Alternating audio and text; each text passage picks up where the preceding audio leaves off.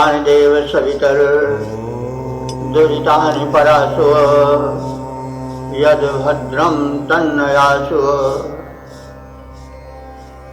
वेद प्रेमियों, सुधी सज्जनों, सौभाग्य का विषय है कि संप्रति हम ऋग्वेद के प्रथम मंडल के 22वें सूक्त की व्याख्या का शुभारंभ करने जा रहे हैं। इस 22वें सूक्त में 21 मंत्र हैं, 6 देवता हैं। इस सूक्त में प्रयुक्त छंद गायत्री है और मंत्र दृष्टारित मेधातिक कार्ड है। इस सूक्त के देवता 1 से 4 मंत्रों तक अश्विनी कुमार हैं, 5 से 8 तक सविता, 9-10 मंत्र के देवता अग्नि हैं, 13वें 14वें के द्यावा पृथ्वी हैं, 15वें मंत्र के पृथ्वी, 16वें के विष्णु अथवा संबंधित देवगण और 17 से 21 तक मात्र विष्णु देवता हैं। छंद गायत्री है, तो इस प्रकार से इसमें 6 संख्यक देव जो हैं वो अस्तुति के विषय बने हैं। उन्हें देवों के अलग अलग वैशिष्ट्य हैं। जो भूमंडल को संचालित करने वाली शक्तियां हैं वे सब देव हैं। यह जो भूमंडल चल रहा है, जो ब्रह्मांड चल रहा है, वो किसी शक्ति के सहारे चल रहा है। वो शक्ति चेतन शक्ति है, जल नहीं, क्योंकि जल शक्ति में विचारशीलता नहीं होती, वो यंत्रवत चलती है। जबकि सृष्टि के संचालन में एक विचार है, एक नियमित समय पर सूर्योदय सूर्यास्त, ऋतुओं का आना जाना और शरीर की जो परंपरा चली आ रही है निर्माण की, प्राणियों की, वो भी एक ही तरह से। ये नहीं कि कभी 2 की जगह पर 4 आंख हो जाए, 2 की जगह पर 1 हाथ हो जाए। कहने का मतलब जो परंपरा चल रही है वो नियंत्रित चल रही है। तो इसलिए इस नियंत्रण शक्ति से युक्त ब्रह्मांड में जो उसके संचालक और नियंता शक्तियां हैं वे ही देव हैं। तो इस सूक्त के मंत्र संख्या 1 से 4 तक के जो देवता है अश्विनी कुमार हैं। अश्विनी कुमार जो हैं वो देव भिषक कहे गए हैं, देवताओं के वैद्य हैं। उन्हें निरुक्तकार ने बताया है कि एक जो अश्विनी कुमार हैं वे उषा के और दूसरे अश्विनी कुमार जो हैं वो रात्रि के पुत्र हैं। अश्विनी कुमार सदैव 2 रूप में जाने जाते हैं, ये युगल है और एक साथ ही इनकी स्तुति होती है। तो ये अश्विनी कुमार ऋग्वेद के प्रमुख देवताओं में से एक हैं। ऋग्वेद में इनके 50 से अधिक सूक्त हैं जिनमें इनकी स्तुति, इनके गुणधर्म का कथन है। तो इस 22वें सूक्त की अथश्री होती है अश्विनी कुमार से। अश्विनी कुमार भिषक हैं, स्वास्थ्य के सुसंचालक देव हैं। प्रथम स्वास्थ्य रहना चाहिए, इसीलिए प्रथम इन स्वास्थ्य के संचालक संरक्षक देव अश्विनी कुमारों की प्रार्थना है, स्तुति है।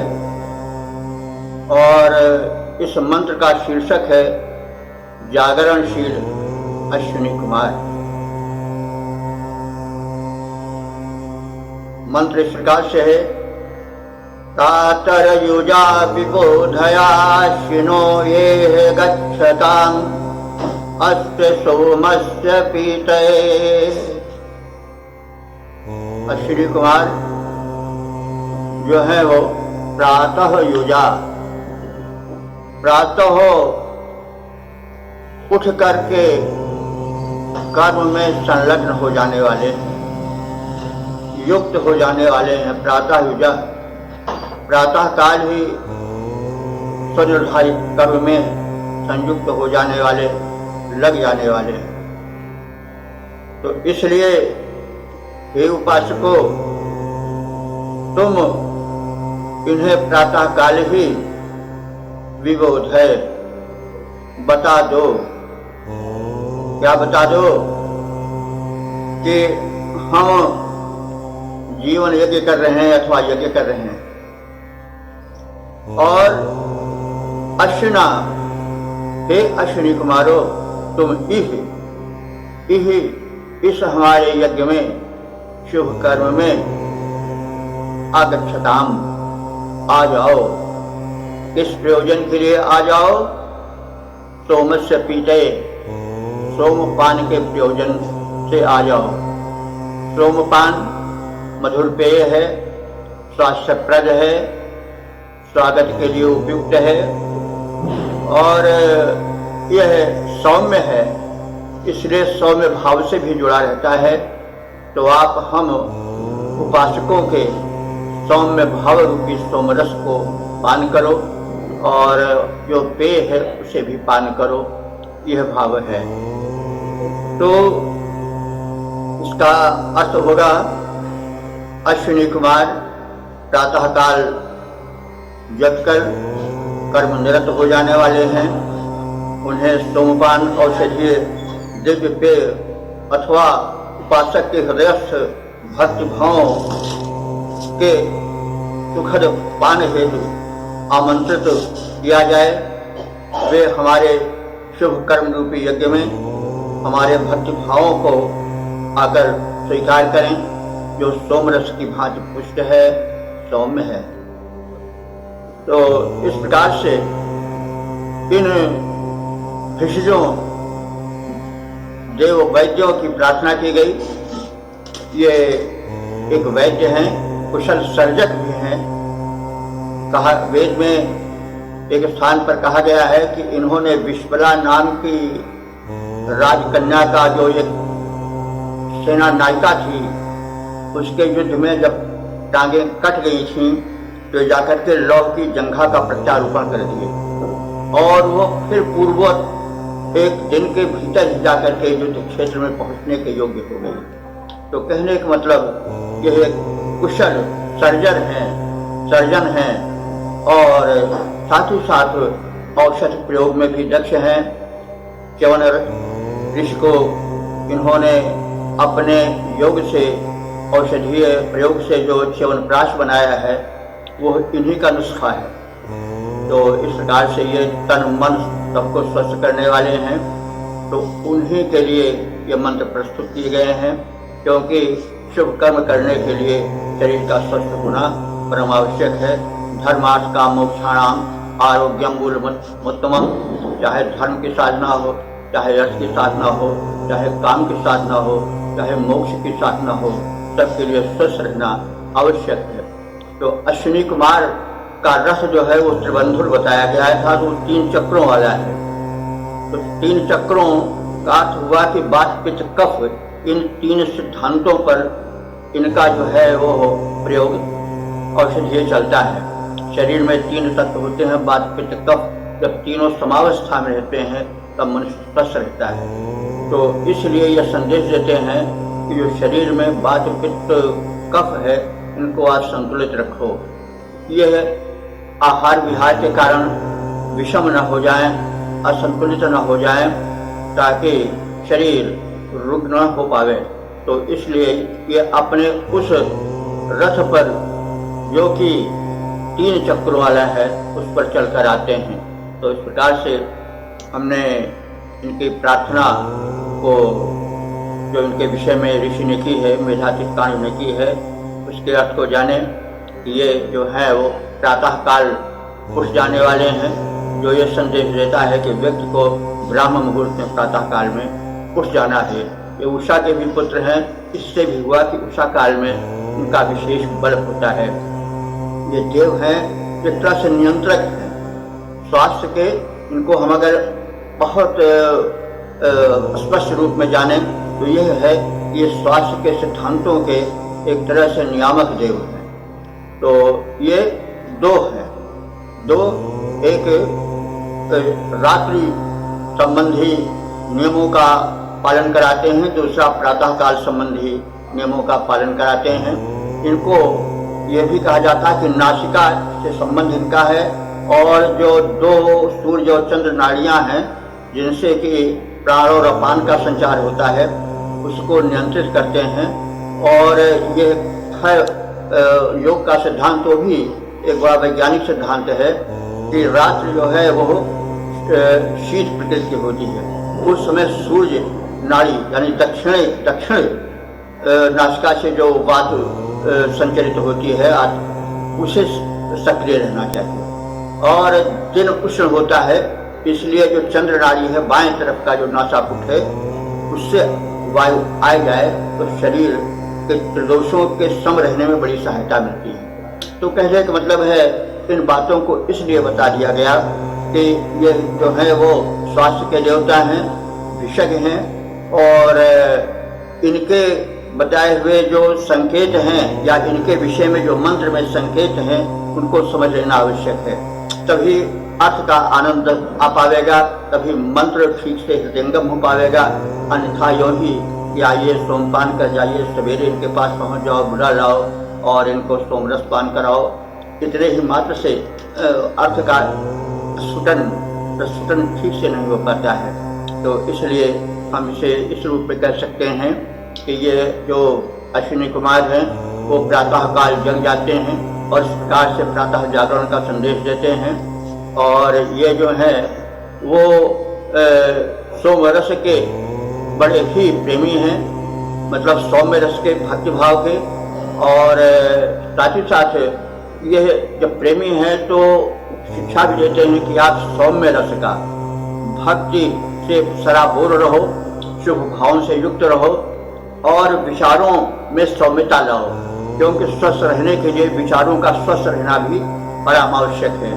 यदि विचार मन अस्वस्थ हो जाता है तो शरीर भी अस्वस्थ हो जाता है, क्योंकि शरीर पर विचारों का बड़ा प्रभाव पड़ता है। हम देखते हैं अगर मन में क्रोध आता है तो चेहरा लाल हो जाता है, आंखें लाल हो जाती हैं, सांस तेज चलने लग जाती है। क्यों?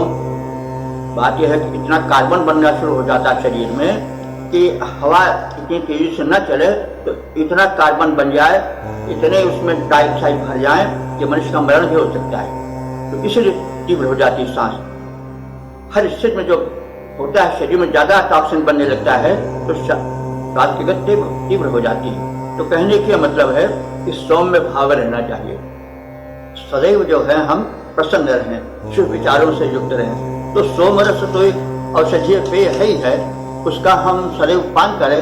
इसके साथ साथ अपने विचारों को भी हम सौम्य रखें, क्योंकि स्वास्थ्य वर्धन में और स्वास्थ्य के सुंदर तरह से संचरण में इनका भी बड़ा योगदान है।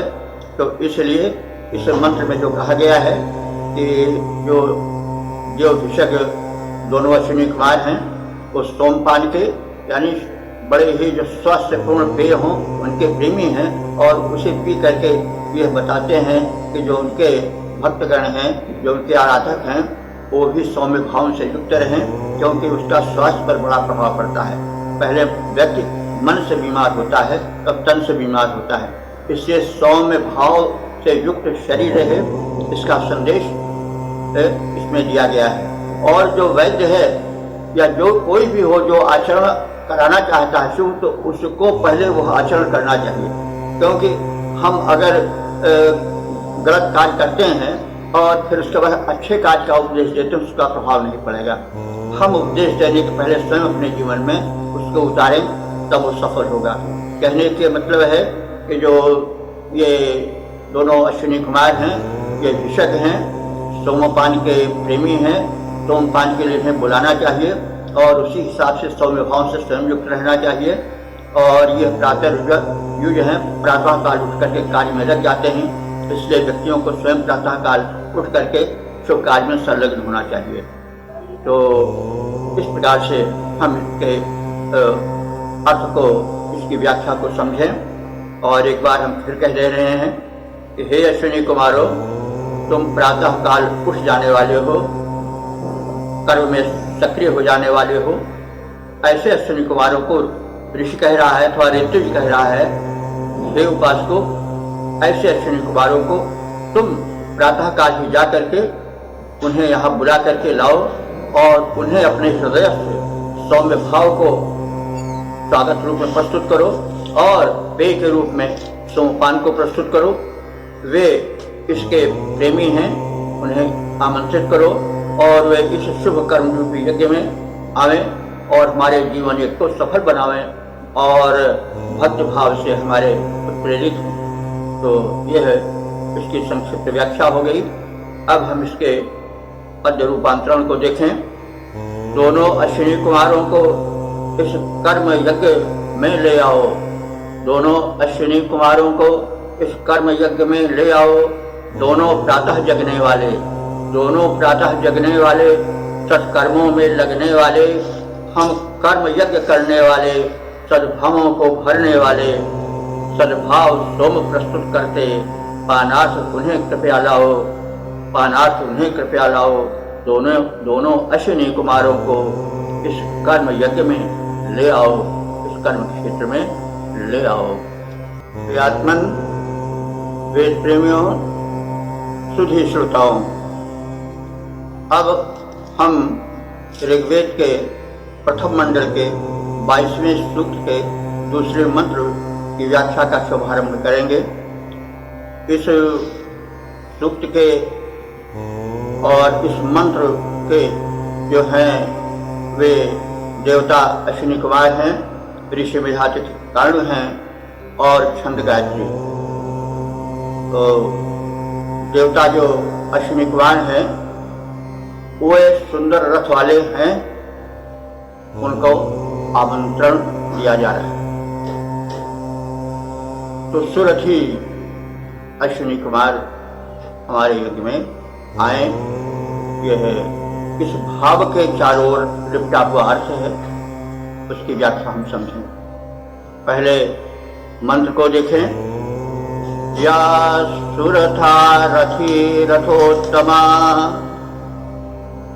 देवा दिविस्पृशा अश्विनाता हवामहे। या सुरथा रथे तमोभा देवा दिविस्पृशा अश्विनाता हवामहे। या अश्विना, या माने यौ, जो दोनों सुरथा सुंदर रथ वाले हैं, यानी जो दोनों अश्विनी कुमार सुंदर रथ से युक्त हैं और रथी तमा और सुंदर रथी भी हैं। रथी जो रथ को चला सके वो रथी है। और उभा यानी उभव, ये तो पहले कहा जा चुका है कि वैदिक व्याकरण में अव की जगह पर आ हो जाता है द्विवचन में, तो उभव को उभा हो गया है, सुरथव को सुरथा हो गया है। तो इस तरह से हम समझें शब्दार्थ को और आगे बढ़ें। तो ये अश्विनी कुमार कैसे हैं? सुरथा, सुंदर रथ वाले हैं और सुरथी भी हैं, सुंदर रथ संचालक भी हैं और देव हैं। देव से कहते हैं जो देह प्रदान करे अथवा जो द्युलोक में रहे अथवा दिव्य लोक में रहे वो देव है। और जो है वो कल्याण करे, प्रकाश फैलाए, वो देव है। तो अश्विनी कुमारों में ये सब गुण हैं। वे अश्विनी कुमार इस यज्ञ में बुलाए जाएं। तो अश्विना ता हवा महे, ता माने तब, उन दोनों अश्विनी कुमारों को हम हवा महे माने इस जीवन यज्ञ में या इस कर्म यज्ञ में या इस स्वास्थ्य यज्ञ में बुलाते हैं। जरा अर्थ को व्यापक करके देखना होगा। स्वास्थ्य भी एक यज्ञ है और उस यज्ञ के, उस स्वास्थ्य यज्ञ के जो संचालक हैं वो अश्विनी कुमारों से बढ़कर और कौन हो सकते हैं, क्योंकि वे स्पेशलिस्ट हैं। उनको उस परम शक्ति द्वारा यही कार्य सौंपा गया है कि आप सृष्टि संचालन में जो स्वास्थ्य का महत्व है उसको समझाओ और लोगों को प्रेरित करो। यदि किसी कारणवश लोग अस्वस्थ हो जाते हैं तो उन्हें स्वस्थ करो, स्वास्थ्य के सिद्धांतों को समझाओ। तो अब कहा जा रहा है, इसका सिद्धांत तो यह है, ये दोनों अश्विनी कुमार शोभन रथों से युक्त हैं, ये श्रेष्ठ रथी भी हैं, आकाश में ये विचरण करने वाले हैं और इन देवों का हम सादर आवाहन करते हैं। तो इसका हम थोड़ा सूक्ष्म अर्थ भी देख लें कि सुरथा, सुंदर रथ। तो रथ को यदि हम आगे थोड़ा पढ़कर सोचें तो शरीर भी माना जा सकता है, क्योंकि इदम मतलब ये जो है आत्मानम रथनम बुद्ध शरीरम रथमेव च, गीता में भी कहा गया है कि शरीर रथ है और आत्मा उसका रथ ही है। तो हर चीज का आध्यात्म प्रकट भी होता है। तो ये जो है वो शोभन रथ वाले हैं, यानी सुंदर शरीर वाले हैं। शरीर जो है वो जीवात्मा का रथ है।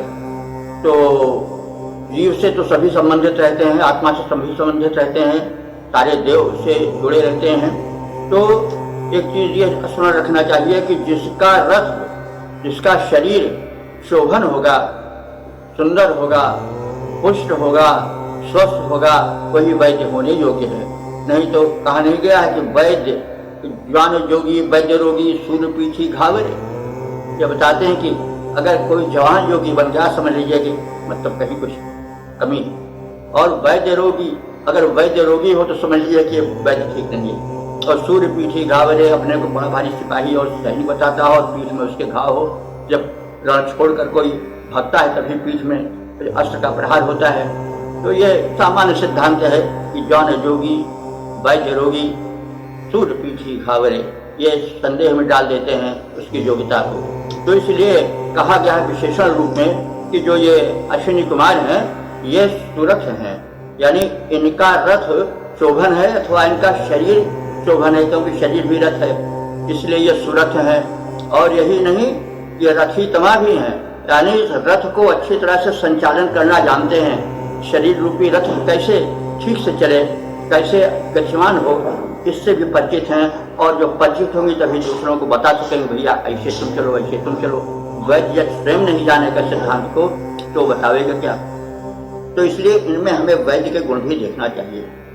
तो वे कैसे हैं? सुरथा हैं, रथो और सुंदर रथी हैं और दिवस प्रशा माने स्वर्गीय गुणों को स्पर्श करते रहते हैं। स्वर्ग प्रायः जो होता है हम लोग स्वर्ग ऊपर मानते हैं, कहते हैं भाई ऊपर वाला जाने।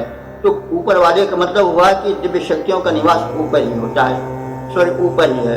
तो दिव्य प्रशा माने स्वर्ग के शुभ विचारों से युक्त रहने वाले हैं, उसमें विचरण करने वाले हैं। वे जो हैं ऐसे अश्विनी कुमार बुलाए जाते हैं और जो है ऋषि संदेश देता है, ऋतुज संदेश देता है, हे उपासको, तो ऐसे अश्विनी कुमारों को बुलाओ जिनका शरीर रूपी रथ सुंदर है, स्वस्थ है और जो शरीर रूपी रथ के संचालन की प्रक्रिया से पूर्ण परिचित रहते हैं और जो सदैव स्वर्गीय विचारों से मतलब आनंदप्रद स्वस्थप्रद विचारों से भरे रहते हैं। ऐसे अश्विनी कुमारों को अपने जीवन यज्ञ में स्वास्थ्य रूपी यज्ञ प्रक्रिया में बुलाओ और उसे सुंदरता से परिपूरित करो। तो ये तो इसका समग्र अर्थ हो गया। और अब इसमें जो व्याख्या है अभिधा परक उसे भी कर दिया गया और साथ साथ जो उसके भीतर सूक्ष्म भाव है उसे भी संक्षेप में बता दिया गया। क्योंकि केवल यही अगर हम मान करके चलेंगे कि आओ सोमपान कर जाओ तो बात उतनी बनती नहीं, क्योंकि वेद जो इतने स्वर्गीय संदेशों से युक्त हैं और जो इतने उत्तम माने जाते हैं, जो सर्वश्रेष्ठ माने जाते हैं, ईश्वर की मतलब विचारों को के बाहर, ईश्वर के विचारों के बाहर माने जाते हैं, उनमें निश्चित ही बहुत भव्य भाव, बहुत दिव्य भाव, बहुत गूढ़ भाव छिपा होगा, तो उसे व्यक्त करना परम आवश्यक है।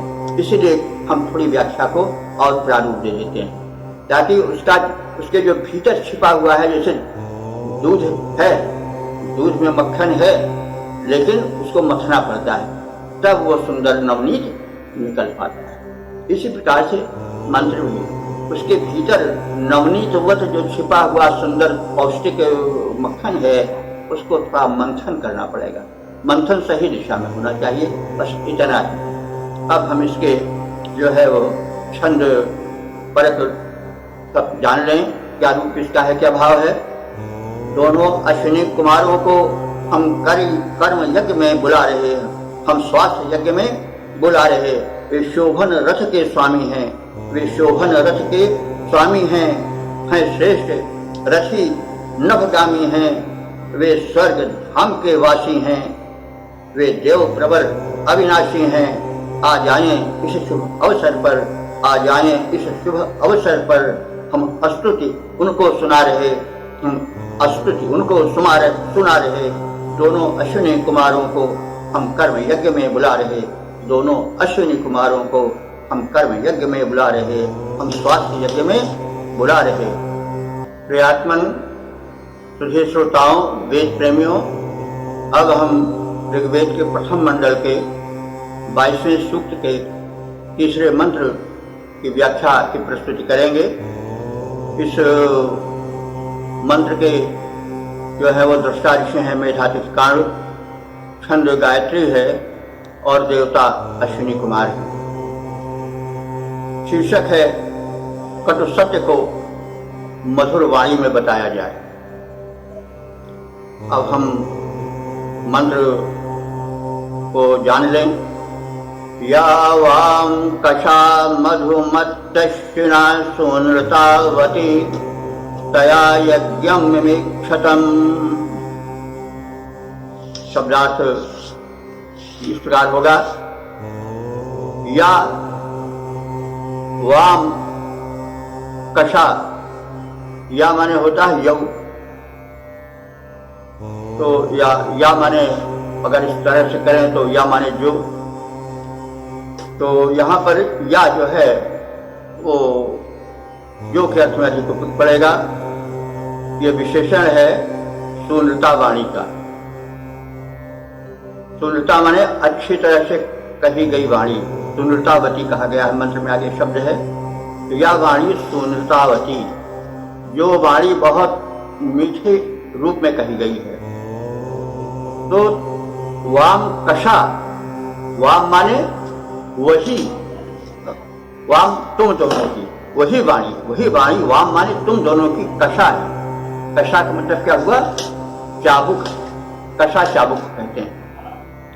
तो अब यहाँ प्रश्न होता है कि कषा क्यों है, चाबुक कैसे है और फिर वो मधुर कैसे है। ये दो बातें विरोधी हैं, इसमें आती हैं, इसकी अभी अभिव्यक्त की जाएगी। या मधुमती सुंदरतावती, अच्छी तरह से कही गई जो वाणी है वो कषा चाबुक है, लेकिन फिर भी मधुमती है, मधुर है। और सुंदरता माने अच्छी तरह से कही गई है। अश्विना हे अश्विनी कुमारो, तो तुम्हारी जो मधुर वाणी है वह कषा की माने कोड़े की तरह, चाबुक की तरह है। चाबुक का कार्य क्या होता है? नियंत्रण। तो तुम्हारी नियंत्रक वाणी मधुर है लेकिन चाबुक की तरह है। तया यज्ञम मिमिक्षतम्, तया माने उसी वाणी से तुम यज्ञम, हमारे इस यज्ञ को, जीवन यज्ञ को अथवा स्वास्थ्य संपन्न करने वाले यज्ञ रूपी शुभ कर्म को मिविक्षितम माने सिंचित करो, सिंचित करो माने उसको पल्लवित पुष्पित करो, आगे बढ़ाओ, सिंचित करो। तो ये जो कहा गया है कि आपकी वाणी चाबुक है और सुंदरता है, सुंदरता से कही गई है और मधुर भी है। इसका मतलब क्या है कि वैद्य को रोगी के हाँ में हाँ नहीं मिलाना चाहिए, लेकिन ऐसे कठोर वचन भी नहीं कहना चाहिए को तिलमिला जाए और अंत में उसमें एक भावना बन जाए कि वैद्य क्या है तो बिल्कुल काट खाने वाला है, इसकी बात हम नहीं मानेंगे। तो वैद्य जो है, जो अश्विनी कुमार के रूप में यहाँ प्रस्तुत किए गए हैं, उनकी वाणी क्या है, मधुमती है और सुंदरता है, शुभ के लिए हित के लिए कही जाने वाली है, लेकिन फिर भी कषा है, चाबुक की तरह। तो कहने का मतलब उनकी वाणी नियंत्रण करती है रोगी को और उसे परहेज आदि बता करके जीवन के सिद्धांतों को बताती है, और कभी कभी थोड़ी कटु हो जाती है, लेकिन वो कटु वाणी हितकर है, नियंत्रक है, कषा है, लेकिन फिर भी मधुमती है। तो वाणी वैद्य की, इस रूप से वैद्य को भी समझाया गया है कि हे अश्विनी कुमारों से प्रेरित वैद्य लोगों, या उनकी कृपा से तुम आगे बढ़ने वाले हो, तुम्हारी वाणी उन्हीं के अनुकरण पर कटु हो, यानी स्वास्थ्य के नियमों को रोगी को समझावे, उसमें कटुता भी आ जावे तो कोई बुरा नहीं है, लेकिन वो ऐसी कटु ना हो कि उसका जो है उसकी प्रतिक्रिया हो और रोगी उसका पालन भी न करे, वो मधुर हो, प्रेम से कही जाए, लेकिन ऐसे प्रेम से न कही जाए कि वो बिल्कुल मतलब भीड़ ढाल हो, तो थोड़ी चाबुक की तरह हो, नियंत्रक हो, लेकिन मधुर। तो जो ये अश्विनी कुमार देव विषय हैं, देव वैद्य हैं, उनकी वाणी के विषय में बता रहा है कि वो मधुमती है, मधुर है, अच्छी तरह से कल्याणप्रद है और उच्चरित होती है बड़े मधुर ढंग से, लेकिन वो कषा की तरह है, चाबुक की तरह है, जो उस कदाचारी को या उस परहेज से अलग भागने वाले रोगी को नियंत्रित करती है।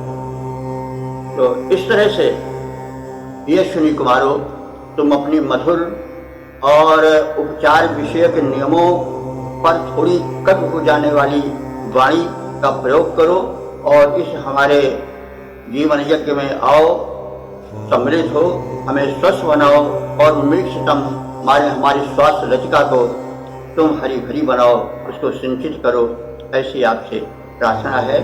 तो इसका सीधा सपाट अर्थ एक बार देख लें। हे अश्विनी कुमारों, तुम दोनों की जो मधुर नियंत्रणशील हितप्रद वाणी है, उससे हमारे जीवन यज्ञ को, हमारे स्वास्थ्य यज्ञ को सिंचित करो, पल्लवित पुष्पित करो, सफल बनाओ। इसका छंदोबद्ध रूपांतरण इस प्रकार से होगा। हे अश्विनी कुमारों, तुम हो वैद्य परम हितकारी।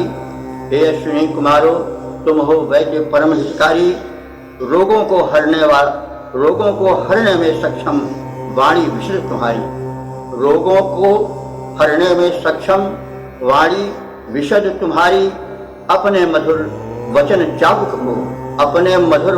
चाबुक को हित में देव चलाओ, जीवन यज्ञ सफल हो मेरा, वह उपाय बतलाओ। आओ दोनों देव तुरंत ही सुनकर विनय हमारी, आओ दोनों देव तुरंत ही सुनकर विनय हमारी। हे अश्विनी कुमारों, तुम हो वैद्य परम हितकारी। ओम प्रियात्मन वेद प्रेमियों, सही श्रोताओं, अब हम ऋग्वेद के प्रथम मंडल के 22वें सूक्त के चौथे मंत्र का शुभारंभ करेंगे।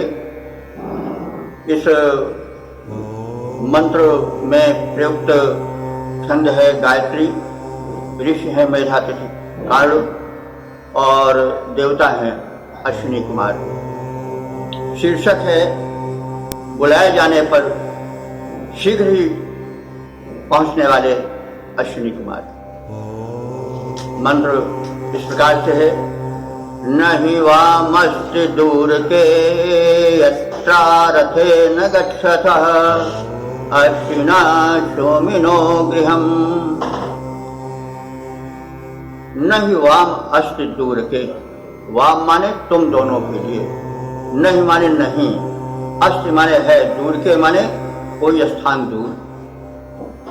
हे अश्विनो, हे अश्विना, हे अश्विनी कुमारो, तुम्हारे लिए नहीं दूरम अस्ति, दूर के जो दूर वाले प्रदेश भी हैं वे ही तुम्हारे लिए दूर नहीं है। यत्र रथेन गच्छता, जहां बुलाए जाने पर तुम अपने शीघ्रगामी रथ द्वारा गच्छतः माने जाते हो। अश्विना सोमिनो गृहम्, हे अश्विनी कुमारो, तुम सोमिनो माने सोम रस से युक्त घर में अथवा सौम्य भाव से युक्त साधक के पास उसके निवास स्थान पर। तो सोमिना माने सोम संरक्षक या सोम रस से युक्त या सौम्य भाव से परिपूर्ण पुरुष के घर जब तुम उसके स्वास्थ्य संरक्षण के लिए बुलाए जाते हो तो उस स्वास्थ्य यज्ञ में अथवा उस कर्म यज्ञ में तुम जाने में रंच मात्र का भी विलंब नहीं करते हो, क्योंकि तुम्हारे लिए कोई स्थान दूर नहीं है, क्योंकि तुम्हारा जो रथ है वो शीघ्रगामी है, मनोयुजा है। पहले कहा गया है उनका रथ मन के अनुसार चलता है। मन ने कहा कि इस गति से चलो, वो उस गति से चलेगा, इस ओर चलो, इस ओर से चलेगा। वह मनोगति से चालित रथ है, अति वेग से चलने वाला है। इसलिए जब तुम्हारे भक्त, तुम्हारे उपासक, तुम्हारे आराधक, तुम्हारे आवाहक तुम्हें बुलाते हैं तो उनके घर तक पहुंचने में तुम्हें रंच मात्र का विलंब भी नहीं लगता है।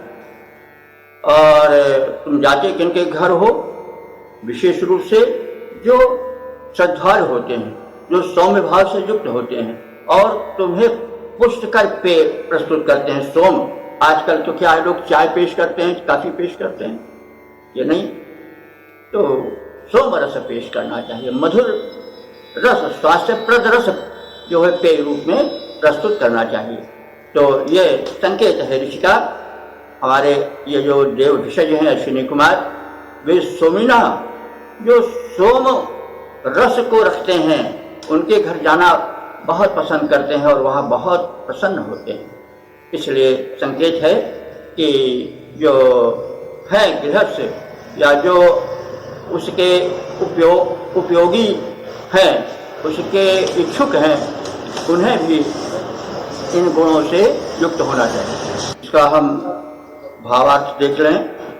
हे अश्विनी कुमारो, तुम सौम्य भाव से युक्त पुरुष के घर जाते हो जो तुम्हें पेय रूप में सोमरस प्रस्तुत करता है, पौष्टिक रस प्रस्तुत करता है।